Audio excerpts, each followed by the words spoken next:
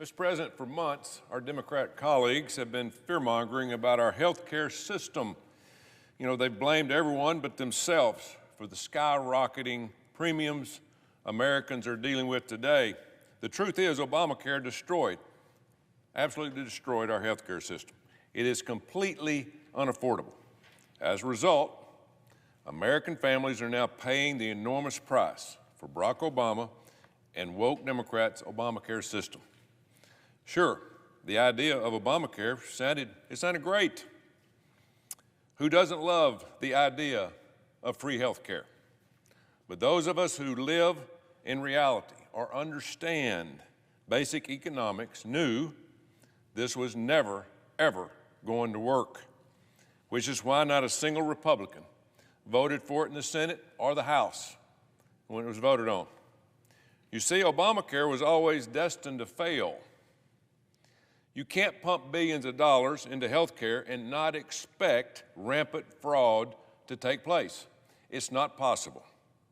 Nevertheless, woke Democrats rammed it through Congress, and it was signed into law by President Barack Obama on March the 23rd, 2010. It was the biggest overhaul of our health care system since Medicare and Medicaid in 1965. On paper, it sounded great. Expand access, protect people with pre-existing conditions, and make insurance cheaper for families without employer plans. But to no one's surprise, what started as a bold Democratic dream of affordable coverage for all, it turned into a bloated mess. In fact, the only winners of Obamacare are the big insurance companies who are getting filthy rich on the taxpayers' money. Meanwhile, Americans are spending thousands of dollars on premiums for coverage that often doesn't cover their needs.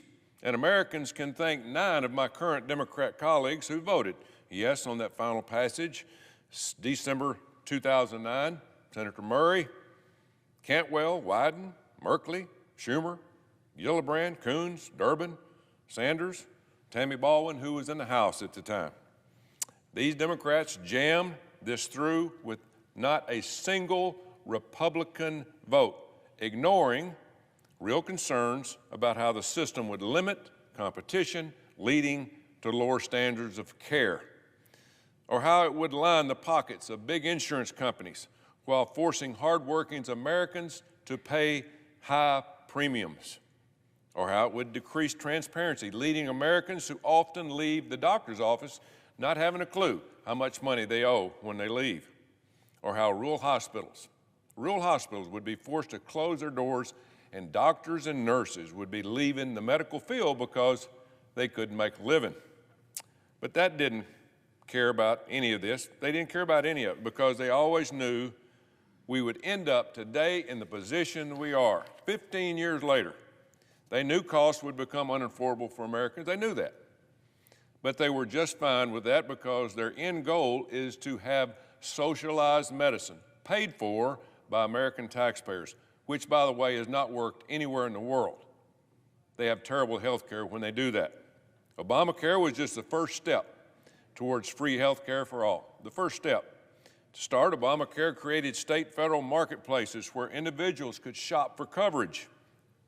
These marketplaces were intended to be online for health plans. By the way, if you remember this, they spent about $10 billion and couldn't get the health care website going, but we wasted all this money. When they launched this, it just crashed. People couldn't use it for weeks, months. It cost us hundreds of millions of dollars daily. That was a foreshadowing of the disaster to come if you just think about it. On the marketplace, health plans are sorted in different levels: bronze, silver, gold, and platinum. Each level shows how costs are split, with bronze being the most basic and platinum being the best and higher coverage. For example, a middle-of-the-road silver plan means that the insurer pays for 70% of your care, insurance companies. The enrollee pays the remaining 30% through deductibles, co-pays, and co-insurance. Regardless of tier status, each plan covers what is called essential health benefits. Things like hospital stays, maternity care, prescription emergencies, and preventive services. That sounds comprehensive, doesn't it? But it came at a heavy, heavy price, driving up costs from day one. This is where Democrats' real problem started. You know, they named this ridiculous bill the Affordable Care Act, so they couldn't have headlines on day one saying how prices were going up. So what'd they do?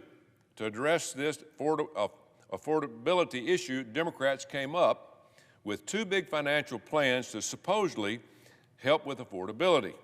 The first thing they did was create cost-sharing reductions, which were designed for lower-income buyers who had the Silver Plan.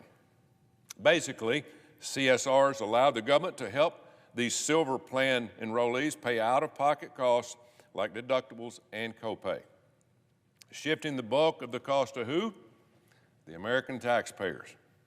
By 2017, a court ruling stopped this ridiculous CSR payments, so insurance started raising Silver Plan prices to cover that gap that the court said you couldn't do.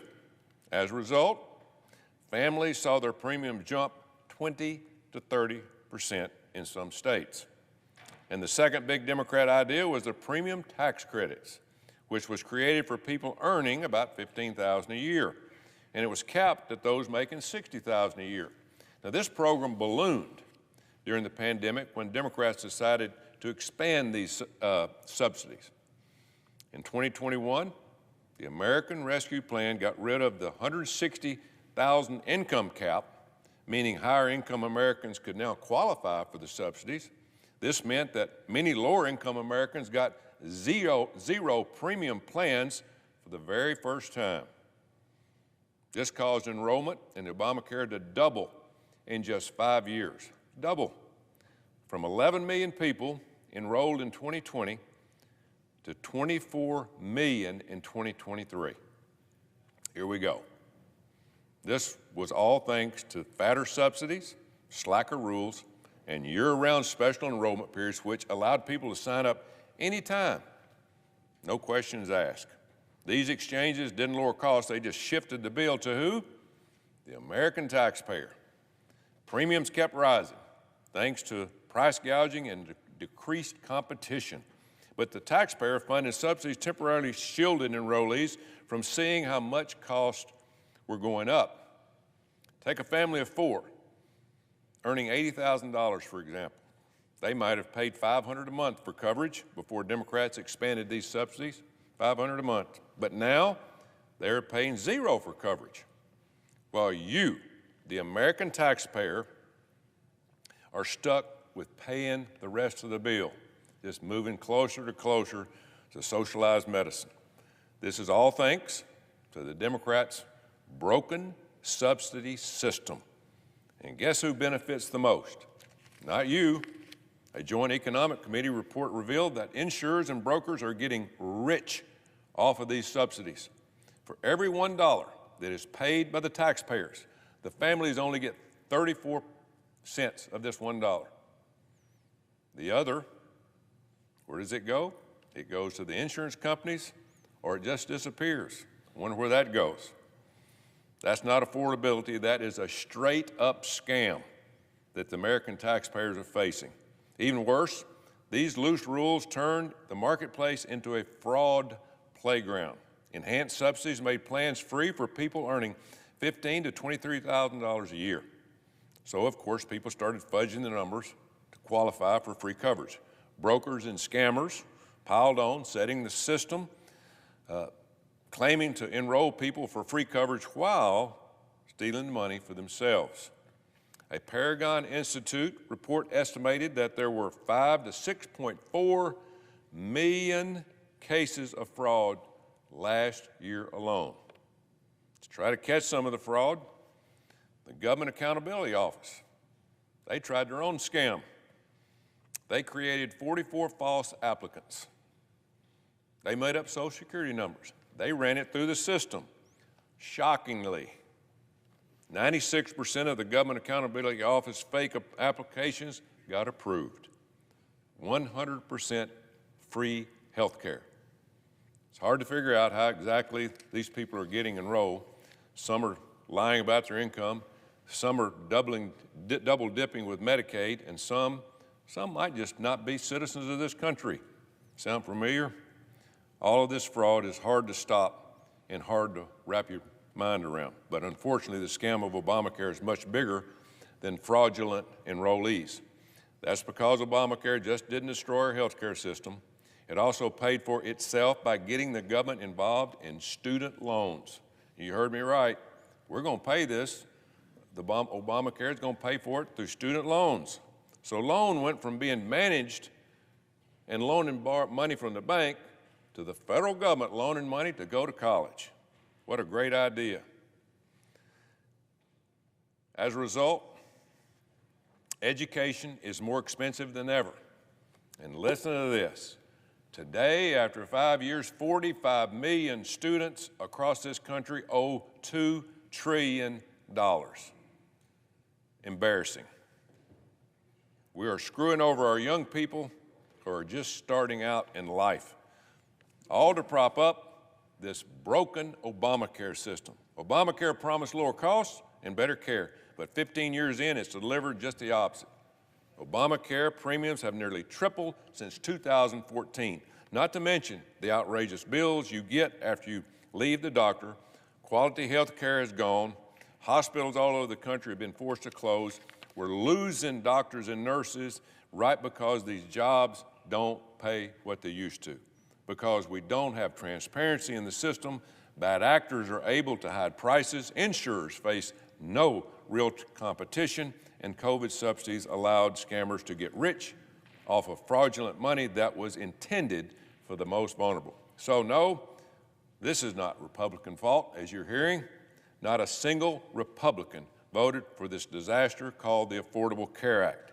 Democrats voted for it then, and Democrats are the one who own this disaster today. Oh, by the way, your premiums aren't going up 20% starting in January because of expiring COVID subsidies, like Democrats want you to believe. That's not happening. These credits are going up only 3, 4, 5%. The rest of the premiums are going up because the insurance companies are charging more.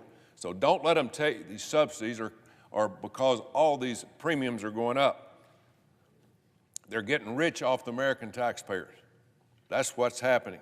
The way I see it, there are 3 main problems with the current healthcare system. The first problem is that Democrats have created a broken system that needs to be repaired, and we're going to do that.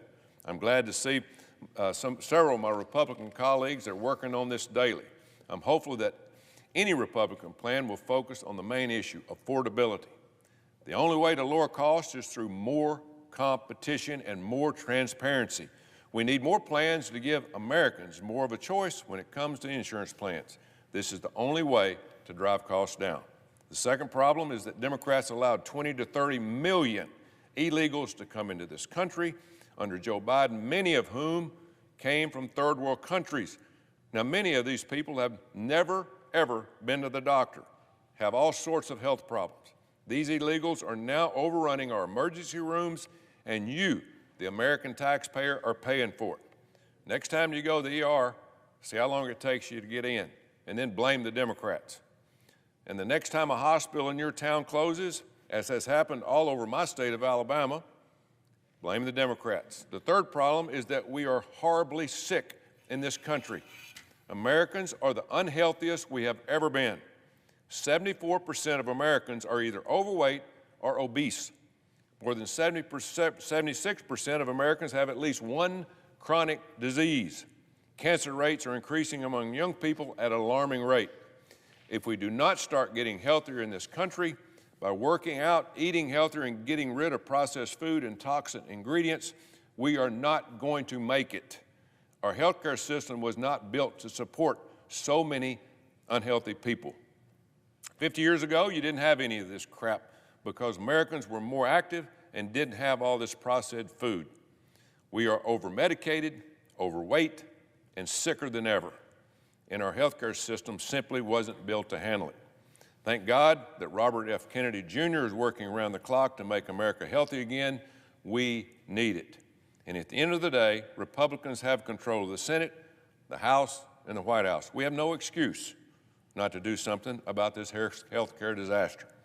We need to come up with a plan that actually delivers for the American people. This is not a Republican or Democrat problem. Every American is getting screwed over every day by this horrible health care system. The Republican Party is working to fix this. Let's grow a backbone and do what is right for the American people. I yield the floor.